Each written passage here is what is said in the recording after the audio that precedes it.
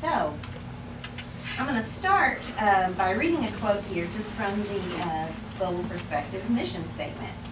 Cross-cultural programs should give students exposure to a cultural perspective other than their own, provide opportunities for dialogue about their relationship to that culture, and guide them through their own personal cross-cultural encounter. The Global Perspectives program has been around since 1998, so it's a long time. Some of you have been leading trips ever since then, so what I have to say is going to be nothing new for you. It is part of the core curriculum because we believe in the importance of this type of experience and the benefits for every student that comes through the Lee campus by doing this. Now, I want to show you just a little humorous clip here of the type of student that we do not want to produce. Some of you may be familiar with this. That's a lovely accent you have. New Jersey? Austria. Austria? Well then, good day, mate. Let's put another shrimp on the barbie. Let's not.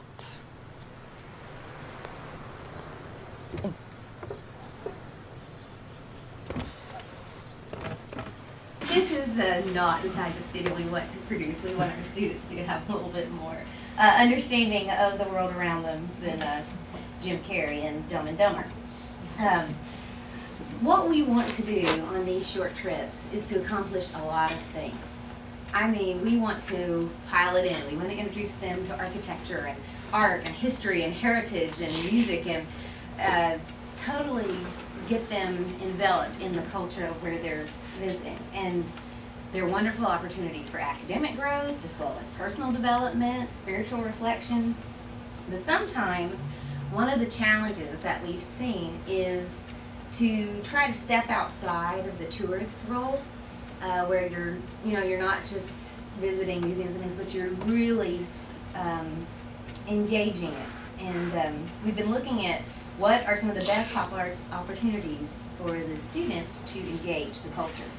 And one thing that we found is that some of the best ways to do this is for the students to actually interact with people and be with the people.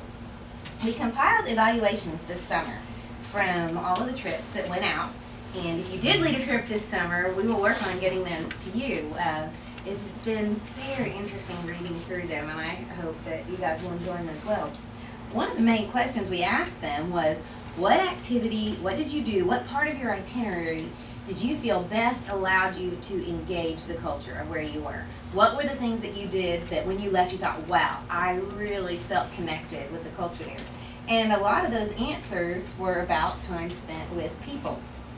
One here says, I loved having free days because we were able to choose our explorations, which made the experience feel our own, gave us a chance to really feel a part of their culture as opposed to feeling like a tourist the majority of the time.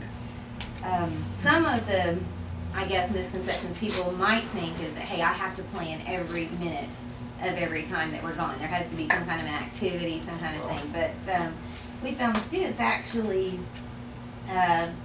enjoy getting to just go out, ride the public transportation, get away from the group, and sometimes it's a bad thing. We've had some things happen that are not always good. In some places it's not safe to do that type of thing, and you have to take that as it goes on where you are. But giving them time to do things on their own seems to really help them feel engaged. Another one says, the actual interviews and times to just sit and talk with the citizens was an amazing experience.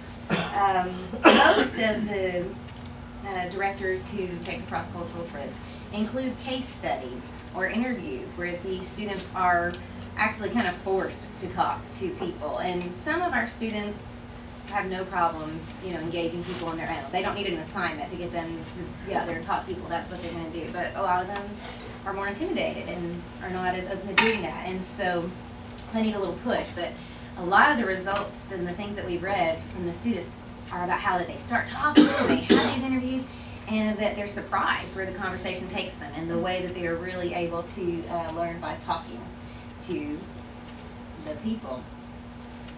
One thing comment was made that being able to stay in host homes where we got to interact with their families and talk about the differences between the U.S. and Ukraine. Obviously, this is on the Ukraine trip.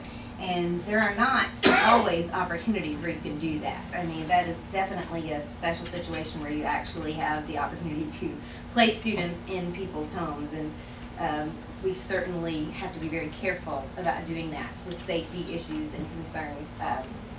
But one goal, just want to mention that we have planned here for the future, is to really work on our international relationships with people all over the world, using the religious connections we have, academic connections that we have with other schools, as well as alumni that we have who are living all over the world now.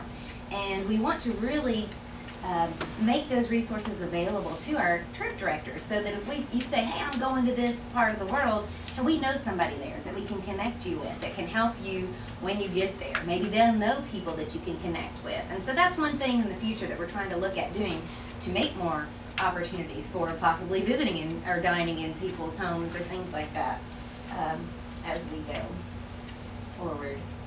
Another one, having a pastor from Thailand work side by side with us while we were in Thailand. We were able to talk to him and ask him any questions that we had about the Thai culture. Again, this is about connecting with the people. Having individuals there with the host culture who are able to interact with the students, it's just really invaluable to them. I mean, we can teach them, we can talk about it in the classrooms here, but there's nothing like talking with someone who's actually there to really help them feel like they've connected. I've traveled many places myself, but for me, my personal example, nothing was more shocking for me as a young girl from a Church of God conservative background growing up than the first time I went to Ireland, where I didn't really expect too many cultural differences. You know, I mean, I have a lot of Irish background. I know where my family's from there, and they speak English for the most part. I didn't expect it to be too difficult, but the very first day we were there, the pastor there, who we were working with, was explaining to us that crap is a very, very bad word, and it's offensive to say that there, which I would have gotten in trouble for saying that as a child myself, but it's a lot more common here now. But then at the same time, he's pointing out where I drove up shite on the sidewalk on our way into the church, and the whole group, we stood there, oh my goodness, it was a little surprising. So, there's just something to having the actual person there share it with you. It's not the same as if we stood in our classroom and told them that. They wouldn't have got the same impression. Okay, very quickly, I'm just going to go through 3 areas of the planning process. Just kind of, it's a big task. If you're doing this for the first time, it may be even a little overwhelming to think, okay, how do I even go about this? There's so many things to do. So I kind of tried to just kind of group a lot of things we do into just 3 little areas. And as we talk later, those of you who are much more experienced than me, feel free to share more about the process. But again, this is just kind of an overview. With academics, talk with your department chair. That's just a step that we really feel is important, that we want you to be engaged with your department so that they know where you're going. You kind of have to have that approved, but also so that as a department, people can talk about things. There are even some departments who are beginning to plan, I guess what they call like department trips, where they even plan on possibly rotating directors depending on how things are going. But know what your colleagues are doing. Be aware and involved, and have a good relationship there. Obviously, you've got to determine the courses that you're going to offer, and that requires a lot of work. If it's a course that you already teach in a regular classroom, then it's not you just do a lot of adjusting, to fit the off-campus experience. And then there's a lot of paperwork, and that's just the way it is. And we look at how can we cut back on some of that required paperwork, but for our accreditation with SACS, it has to happen. What do you mean by specific paperwork required by SACS? Is there paperwork other than just the normal course syllabi type things? Or? The seat time equivalency chart. Okay. Where you show because you're not actually in a classroom. You know, you have to show, okay, we're going to get 45 hours of classroom time. How are we going to get it? What are the activities that we're doing and how many hours it's going to count for? I've seen some very detailed ones as I've been looking over them this summer. And again, if you're doing this for the first time, we'll be glad to show you some examples of, you know, what other people have done to help you kind of see how you can plan that out. You know, it's just a little bit more than maybe for a normal class. You do have to include the syllabus, of course. But next, finances. This is scary to a lot of people, and it's a detailed process as well. The very, very simple basics of it are, we have a proposed budget example that every year we are given by the business office, and they put it together. They leave all kinds of fields. They try to make it as simple as possible. If you're not a money person, it may never seem simple to you, but they try to put these this proposal example together so you can go in and fill in the blanks and say, oh, okay, this is how much the airfare is going to cost, or this is how much the insurance, or this is how much our our lodging, and this is how much we're putting in for food. And so you can pull that and kind of fill in, and that's what they usually ask you to do before you go meet with, it's Byron Whittington that you meet with in the business office. And again, if you're doing this for the first time, I can kind of help walk you through that part of the process. But I'd like you to go ahead and have a tentative plan in place. Go ahead and play around with that spreadsheet, fill in the numbers that you know, and then you meet with him, and he'll kind of help you fine-tune it based on the number of students that you're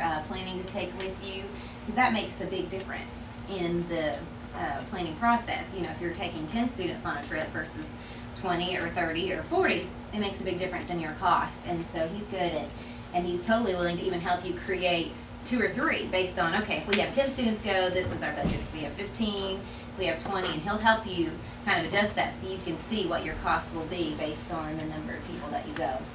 But then once you get your budget finalized, we're going to try letting the trip directors set their own payment deadlines.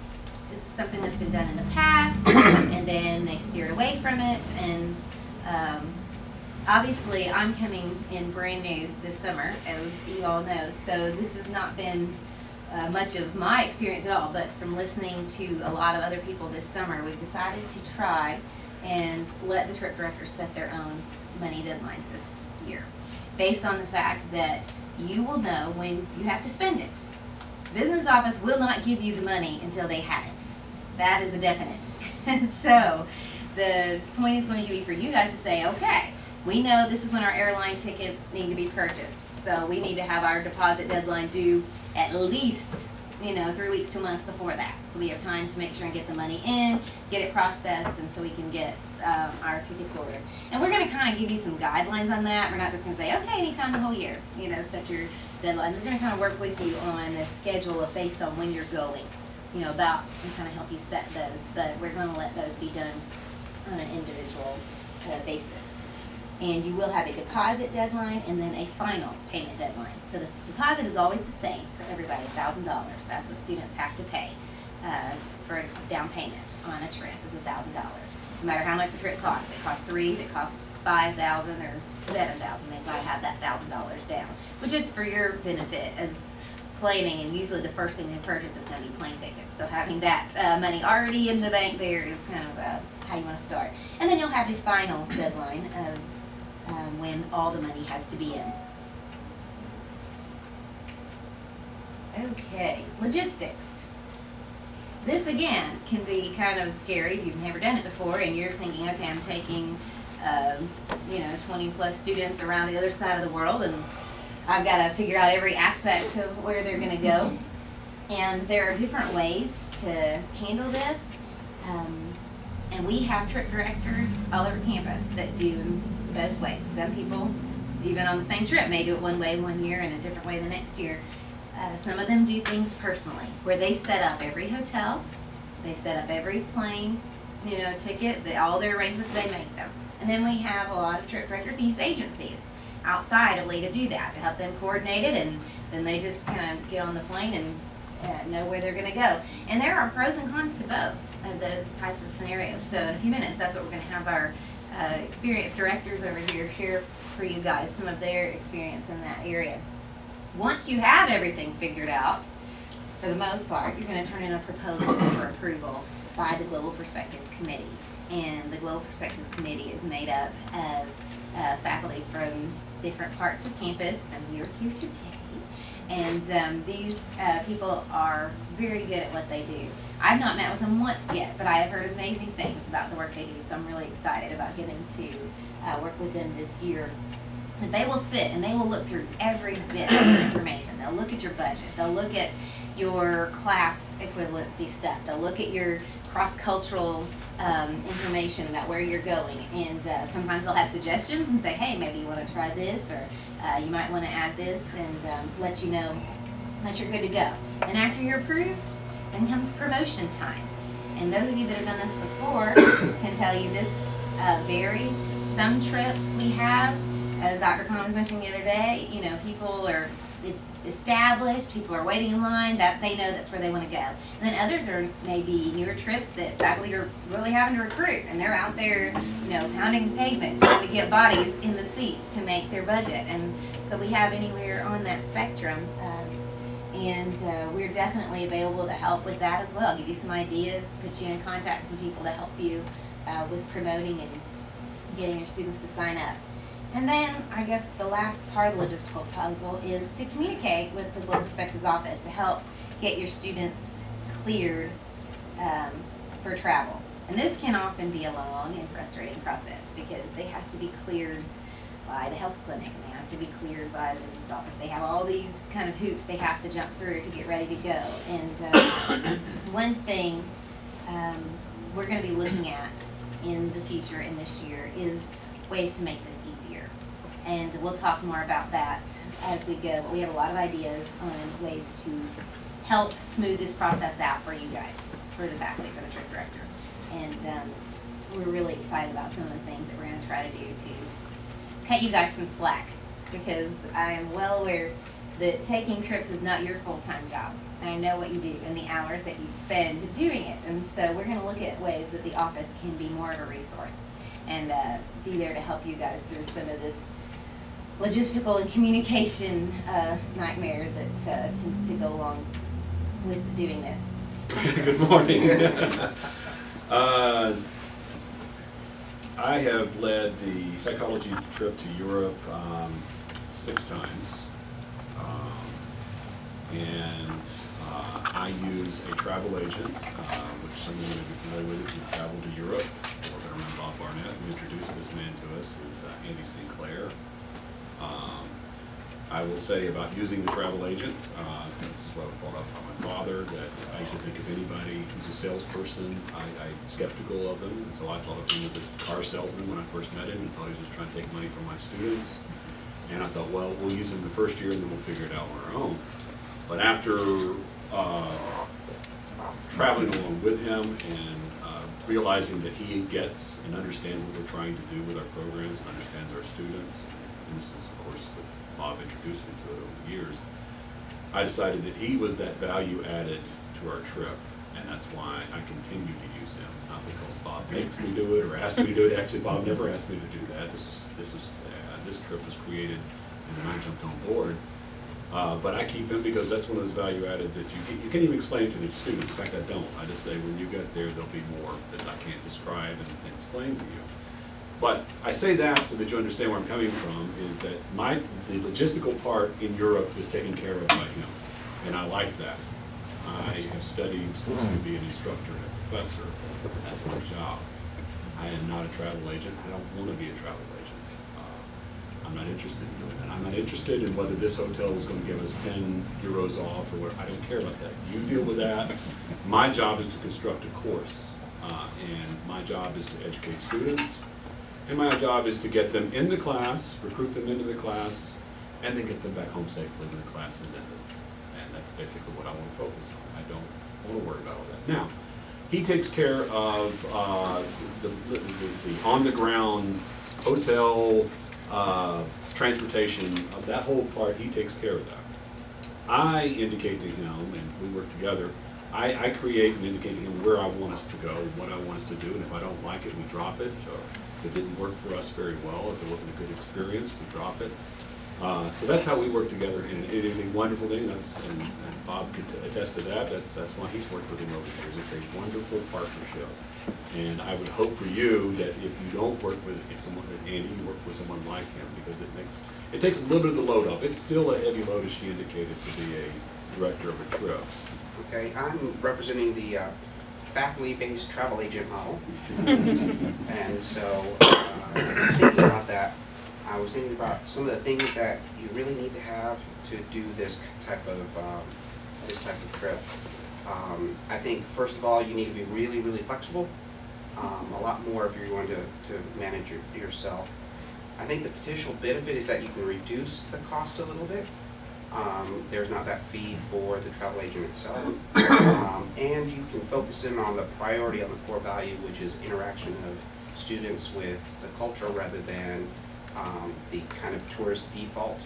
We have a wonderful relationship with Andy, but if you go with any other kind of agency, that there's a lot of people that are sending you emails that let me plan your trip, they may not have the focus on what we want to do. They have this tourist package that they're going to sell you as an educational experience, and that's not exactly what we want. So, Paul, tell us where you go. I've been experienced with the Spanish Summer Institute that has gone down to Santiago, Chile for the past, I've led it about 5 times. Jose's in the back. Jose has been, I don't know, what year is the trip now in? 95 to until now. Yeah, from 95, so we've gone several places, and I walked into a really good situation with this. When you actually, if you're going to lead a trip and be the faculty, agent itself, what you need to have is some experience with the area. For me, the trip had been established. For me, Jose and I was, from that country, so there was a wonderful understanding of what expectations in terms of cost and opportunities and things of that nature. You also need to have partnerships to do to help with some of the logistics. We have partnered with, and a lot of trips do this, through connections with the Church of God, and we use connections in the seminaries in those countries, and that's a wonderful opportunity. And we can use their facilities, the people that we interact with. We are fed by them and coordinate with them. They help us plan when we're there. And to facilitate just getting funds from place to place, going and depositing a check here in a local bank in Cleveland, Tennessee, and it ends up being in the country that you walk into, is a wonderful, wonderful way to manage that aspect of the trip. And you know that it's going to someone with integrity, and there is some accountability to the church, that we're not just letting this large amount of money go all over the place. You can also build relationship with the partners that you work with. We have probably coming up on a 10-year relationship with the hotel managers that we use in country, and they give us a wonderful rate. They know who these students are. They also host other college experiences coming down, and they've just self-described that they would love us coming all the time and not having to deal with some of the other colleges that have come down. And now, we aren't perfect, but we are so much better than some of the other trips. When you go, you really have to be able to adapt and create a good expectation for students, because you just don't know what's going to happen all the time. You have an idea, and I create expectations about students. We're going to be doing things on these days, but I don't tell them exactly what these things will be, because I have the flexibility to find new things that I didn't know that it was going to be there before I took the trip, and I'm able to take that availability, or, something costs a little bit too much, so we're going to do something a little bit cheaper this time, but we can adapt to what is there, and you can't always know a year out what might be going on in the cities that you're going to be there. I suggest that if you're going to think about this model, being the faculty travel agent, being a professor of the course is not a good idea.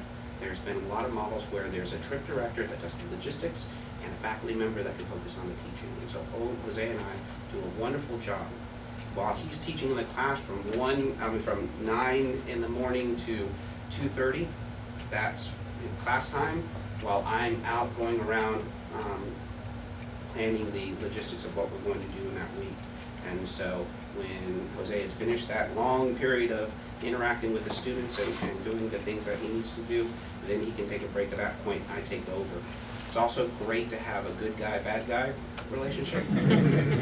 Jose can be a wonderful collaborator with the students to teach them and bring them, and then when something happens, I get to take care of it and drive down to the airport and put them on the plane and send them home. And so we can have a good bad guy relationship. I think the one most important aspect from the perspective of the administration, from the perspective of Lee, if you are going to do this trip as your own, what's sad to say is that the budget for this trip is larger than my expendables budget for my entire department.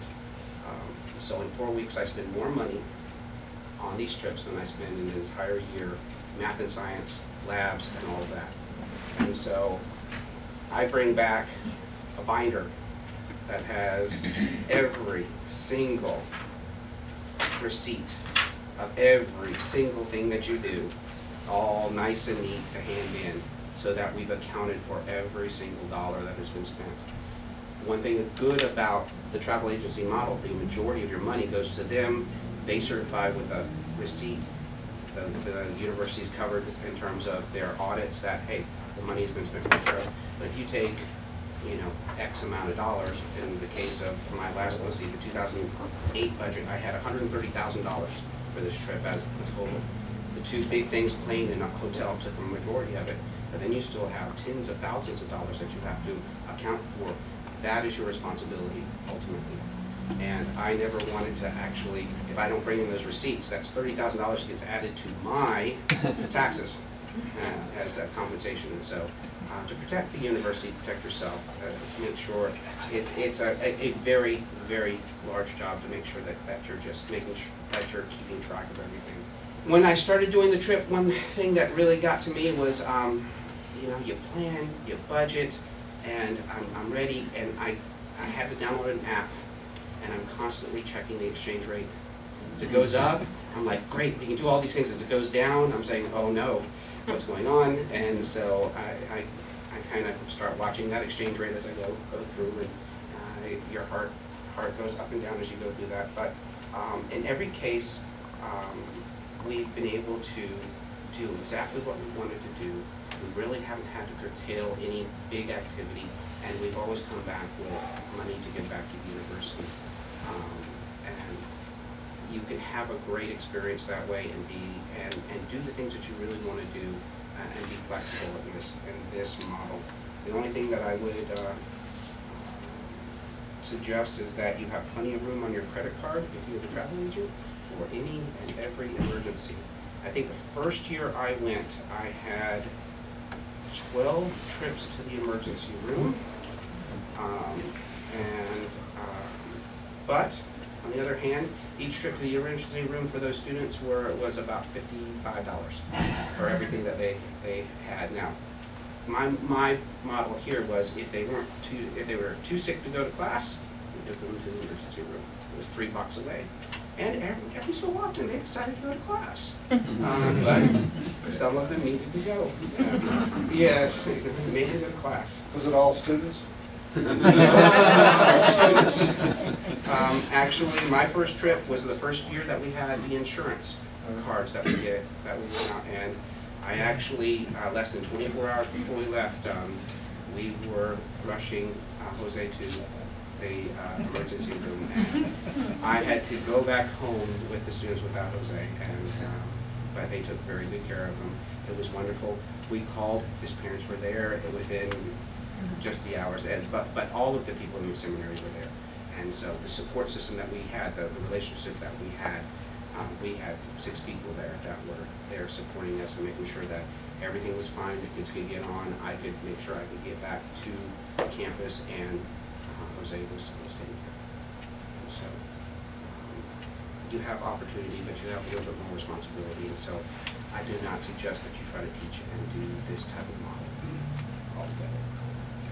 Goodness. No, it's not stress. It's not stress-free. I don't want you to interpret the agency model to be stress-free, because it's not. I mean, you still have to take people to the hospital, and you still have to put things in your credit card, and you still have to make the budget, etc. But as I heard you go through that, I felt, to be honest, reassured. Goodness, because I really don't. I would prefer to put all of my energy into the academic experience. I want them to have a quality academic. I'm not saying that you don't. I don't mean that. No. I really focus on Jose is that. focusing on that. Yeah, and that's why I make sure they get to the class. But I think what you're saying is, Andy, I was thinking, Andy Sinclair is the exception. You're not going to get that. If you go on an EF trip, I don't think you're going to get something like that. But Andy's just an exceptional. If you use a travel agent like that is outside, you have to do an extraordinarily extra amount to make sure the interaction with the culture actually occurs.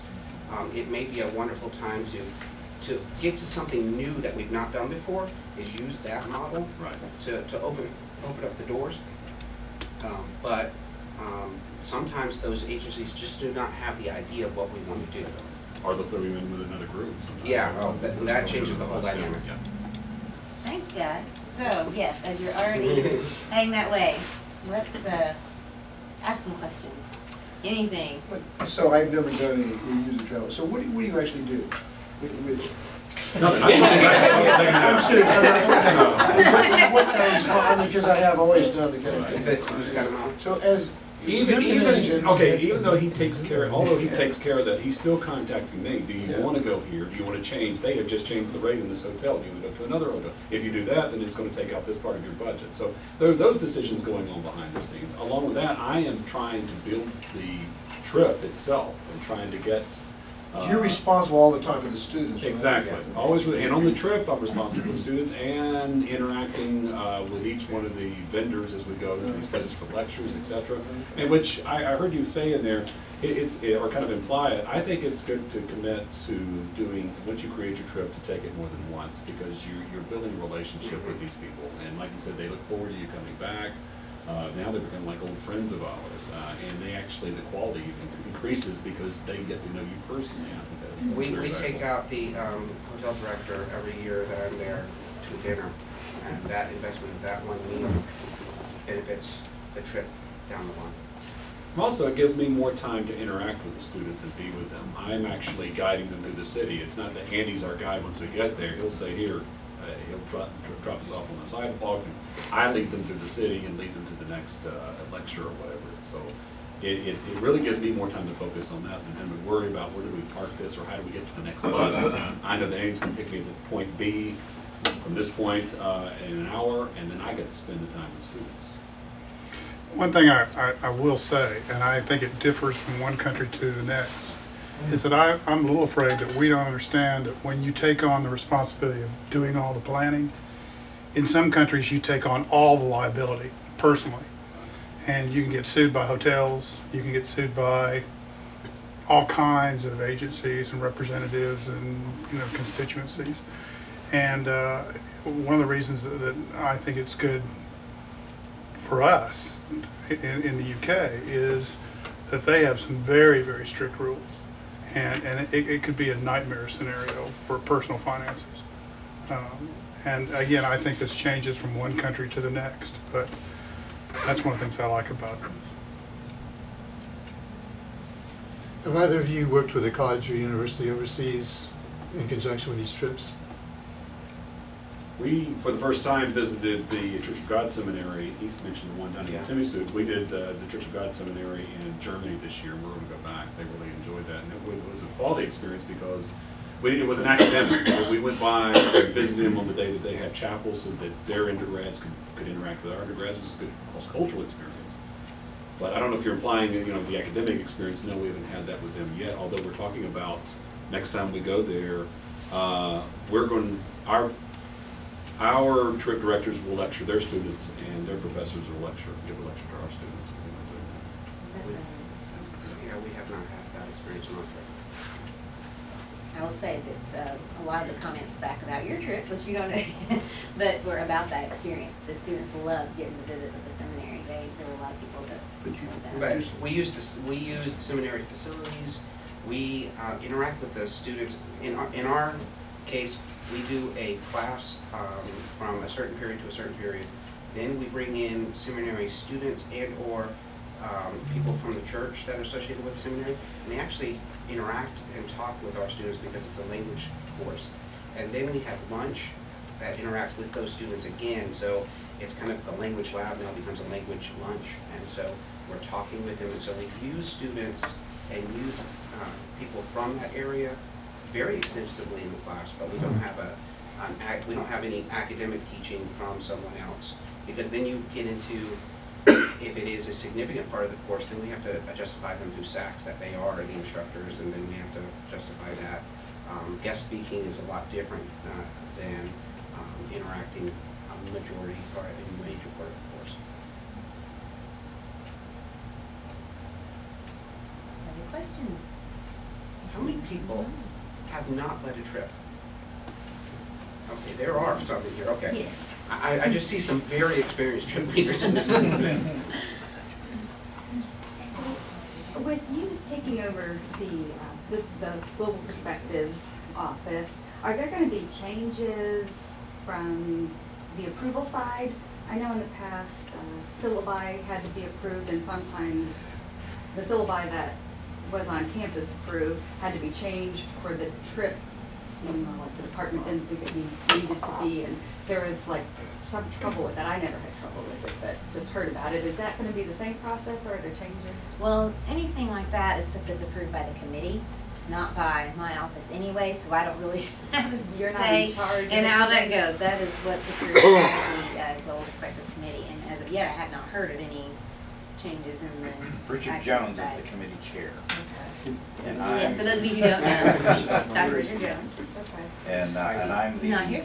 I'm the academic police on the committee. So. And if you've had the trip approved before, do you still have to go through the entire process every year, or can it be grandfathered? Well, there is a process for becoming an established trip. Once it has gone, consecutively, either, if it's an every other year trip or an every year trip, a few times, then at that point, then yes, it's not necessary to go through the whole thing again unless there are major changes to the curriculum. Obviously, if you decide to teach a different course, then you've got to update that course information. Mostly at that point, it's just getting your budget approved for the next year, and then it'll be letting my office know the details about the trip, when you're going, the specifics. But no, once you've gone a couple times and you're getting set in what you're doing, and we have several trips like that who at this point they just got to redo their budget, let us know where they're going, and they're good to go. How do you get that approved? How do you get, it's just a matter of Request. yeah, just saying, okay, I'm doing this more, I've done this many times, can we move this on up to established trip status? So When you say go to the same place, if this year I'm going to be going to Athens and then to Rome, but it's still the Italy trip. Is it? yeah, I think this is where it gets a little trickier, and again, we have If you got major shifts in your itinerary, that doesn't really make it an established trip. Okay. What makes it an established trip is, like these folks go and Sure. Barnett, they pretty much Okay. have virtually the same itinerary. Okay. A few little tweaks here and there, that's not a problem. It might be possible. I mean, if, let's say, for example, you went to Italy and Spain, every other year, and you went to maybe Italy and Greece every other year or something like that, and each of those could be their own established, that if you did kind of a back and forth kind of thing, then each one on their own. Does that make sense? Once you've gotten each one approved, then kind of do it that way. Because I know a lot of times, they don't want to go to the exact same space. There are a couple of different trips like yours that they kind of mix it up. So that's a possibility, I think, that they talk about. Other questions? Yes. How long is the typical trip, and do trips ever go over spring break, or is that not long enough? Okay, we like for the trips to be 7 days on the ground, is what we say. 7 days with the culture. So you don't want any trip to be less than that. And most of the time when you're traveling overseas, you're going to have a couple days of travel time. And so those days don't really count.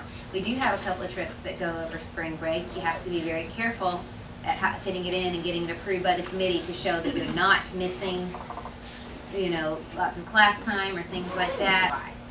A lot of trips are 10 days. A lot of them are 2 weeks. You know, 14, 20 days. We even have some, you know, that go longer than that, 3-week trips, but that's kind of a standard. Is that? You're talking here about trips that have the cross-cultural component, as far as that extra credit, as opposed to simply an academic trip that might be a 3-day. Exactly, which is very different, yeah. If it's not going for the cross-cultural requirement, that's a different kind of trip. Yeah, for the cross-cultural, they want to have at least 7 days. Now, if it's not a cross-cultural trip, what type of administrative procedures and permissions need to be obtained? For example, if I were to take some students to New York City for 4 days to do some gallery hopping, what type of administrative procedure does that have? That must go through the department, doesn't it? That's through the department. You do not get, that is totally all out of pocket. There's no, right now the tuition rollback and all of that is exclusively for the cross-cultural. So any other types of academic trips you want to do, that really has to be arranged with the students through the department, credit hours, all that type of stuff. And the students have to understand up front, and, you know, you're paying for all of this, you know, on barrelhead. For you new people, that we did not talk about that, but how that works is, right now, if you're teaching maybe 4 hours of credit on that course, the students pay the lead tuition part of that, and 75% of that goes back into your budget for the trip. So, you know, say if they're paying, you know, $3,000 in tuition, then you're going to get 75% back to your trip budget, and then the school just keeps the 25%. That's how they give you budget money to help with the trip, and then you add additional costs to make what your trip budget costs. Yeah. To follow up on his, is there still a standard, as in how many days you only can do 4 credits versus how many days you get 7 credits? Yeah, it's I think it's basically weeks. The 1 week, like the 7 days, that's typically, you can only fit 4 hours into that typically.